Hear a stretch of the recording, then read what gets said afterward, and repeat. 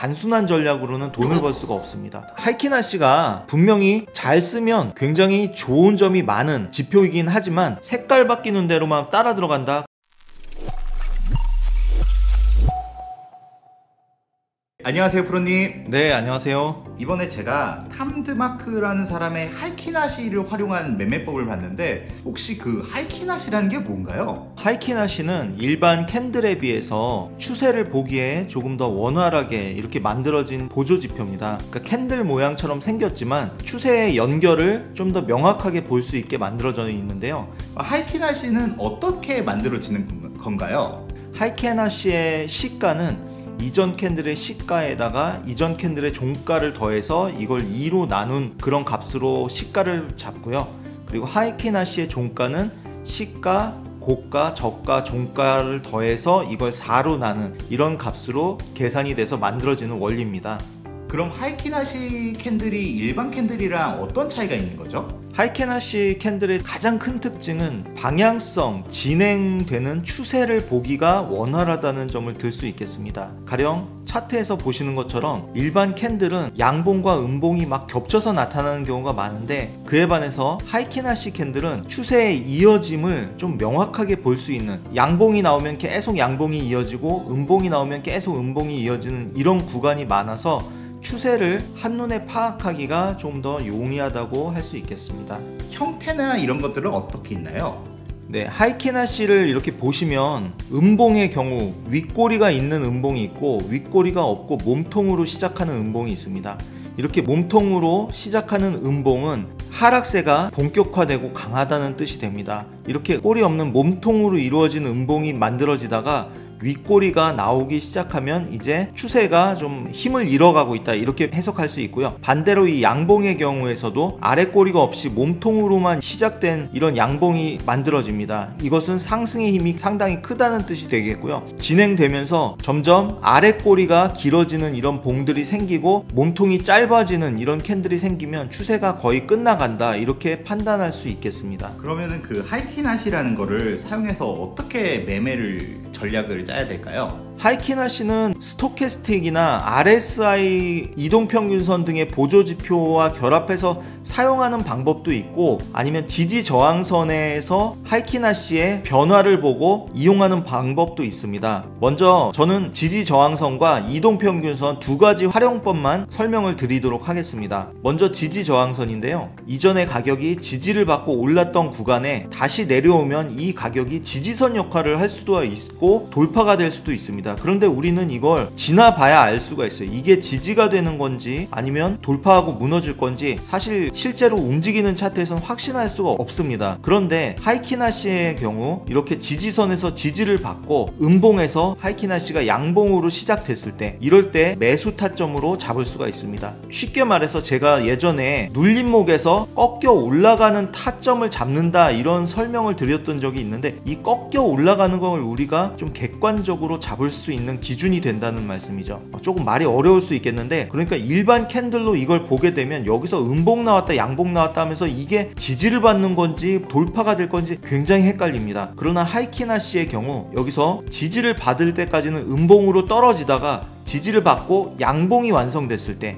그 다음 캔들에서 매수 진입할 수가 있다는 거죠. 명확한 시그널이 시각적으로 색깔로 보여지기 때문에 적용이 쉽습니다. 그 이후에 이렇게 상승하는 것을 볼 수 있겠죠. 반대로 하락 구간도 하나 예를 들어서 보여드리도록 하겠습니다. 자, 이전에 두 차례 저항을 받았던 가격입니다. 여기서 한번 저항을 받고 또 한번 저항을 받고 또 한번 저항을 받았는데 이게 위로 돌파가 될지 아래로 내려갈지 캔들 차트를 보고서는 확신하기가 매우 어렵습니다. 왜냐하면 캔들 차트는 양봉, 음봉 막 섞여 있기 때문에 이게 오르는 것 같기도 하고 또 어떻게 보면 내리는 것 같기도 하고 굉장히 헷갈립니다. 그런데 하이키나시는 여기서 색깔이 음봉으로 바뀔 때 다음 캔들에서 매도를 할 수가 있습니다. 여기가 저항을 받았구나 라고 확신하고 위쪽에 손절을 잡고 매도를 할 수가 있어요. 하이키나시의 이 색깔은 그렇게 쉽게 바뀌지 않습니다. 그래서 하이키나시의 색깔이 바뀌었다는 것은 추세가 바뀌었다는 의미가 되거든요. 그래서 여기서 저항을 받고 추세가 바뀌었다라는 시그널이 나왔을 때 우리가 매도하는 그런 개념이 되는 겁니다. 그래서 큰 폭의 이런 수익 기회가 만들어졌던 것을 확인하실 수가 있겠죠.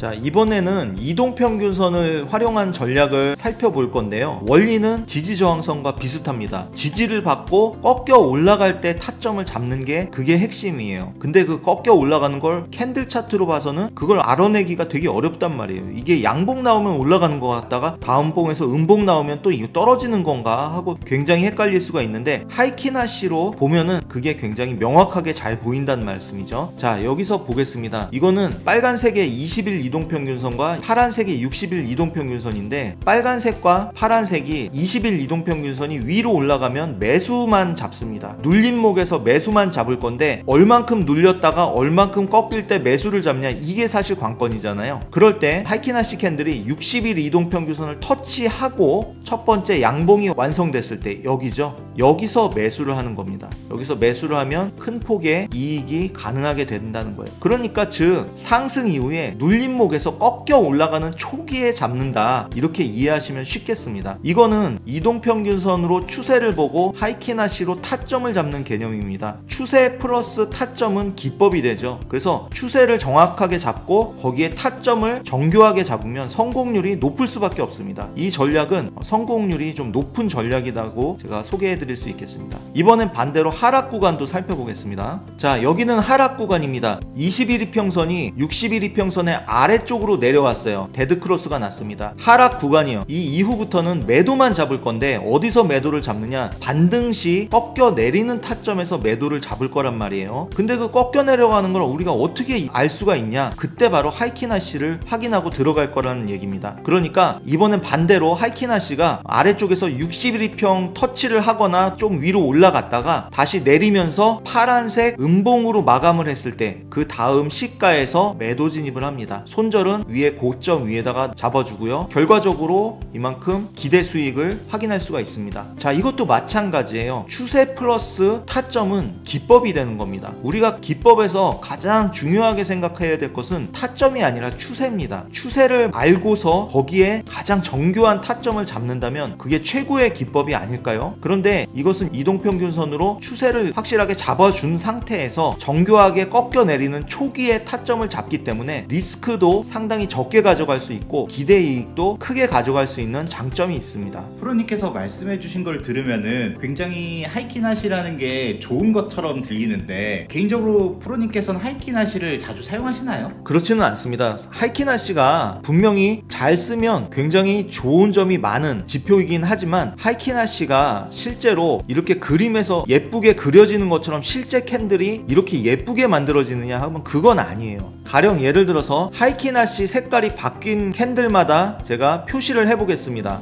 자, 여기서부터 한번 보죠. 여기서 매도하면 이만큼 먹을 것 같고, 매수하면 이만큼 먹고, 매도하면 이만큼 먹고, 매수하면 이만큼 먹을 것 같고, 매도하면 이만큼 먹을 것 같고, 이게 뭐 환상적인 것 같지만 실제 캔들에서는 이 표시한 구간이 어떻게 보여지는지 한번 보시기 바라겠습니다. 자, 이번엔 하이키나시를 껐습니다. 하이키나시를 빼고 일반 캔들로 그 시점을 한번 확인해 보겠습니다. 자, 이 캔들이 끝났을 때 여기서 매도를 들어가고, 이 캔들이 끝났을 때 여기서 매수를 들어가고, 이 캔들이 끝났을 때 이 바닥에서 매도를 들어가고, 또 이 캔들이 끝났을 때 여기서 매수를 들어가고, 이 캔들이 끝났을 때 여기서 바닥에서 매도하고, 이 캔들이 끝났을 때 여기서 매수하고. 어떻습니까? 결과가 그렇게 이쁜가요? 완전히 대박 마이너스죠. 여기서 잠깐 먹을 수 있는 구간 외에는 다 손실입니다. 다 손실. 특히 이런 구간에서는 이 캔들이 끝나고 만약에 진입을 했다 그러면 완전히 정말 반토막 날 수도 있고 로스컷까지도 날 수 있는 굉장히 위험한 상황이 펼쳐질 수 있습니다. 그래서 하이키나시가 색깔이 바뀔 때마다 따라 들어가는 이런 단순한 전략으로는 돈을 벌 수가 없습니다. 그럴 때는 굉장히 위험하고, 제가 조금 전에 소개해드린 이동평균선에서 방향에 맞는 타점을 잡을 때 이런 정도로만 활용하면 저는 좋은 결과를 얻을 수 있다고 생각합니다. 하이키나시 지표가 어떻게 사용하느냐에 따라서 굉장히 좋은 지표가 될 수도 있고 완전히 무용지물이 될 수도 있습니다. 모든 보조 지표는 다 마찬가지지만 어떻게 전략을 잘 짜서 그에 맞게 최적화해서 사용하느냐가 가장 중요하다고 할 수 있겠습니다. 단순하게 색깔 바뀌는 대로만 따라 들어간다 그러면 여러분의 계좌는 깡통이 될 겁니다. 그런데 제가 소개해드린 이동평균선의 방향성에 타점을 잡는 이러한 정제된 이런 전략으로 사용할 경우 좋은 결과를 충분히 얻으실 수가 있다는 점. 그러니까 이게 정답이라는 게 아니라 여러분들께서도 여러분들에게 맞는 좋은 전략으로 잘 이용하셔가지고 좋은 결과를 얻으시기 바라겠습니다. 이상으로 0.1%였습니다. 감사합니다.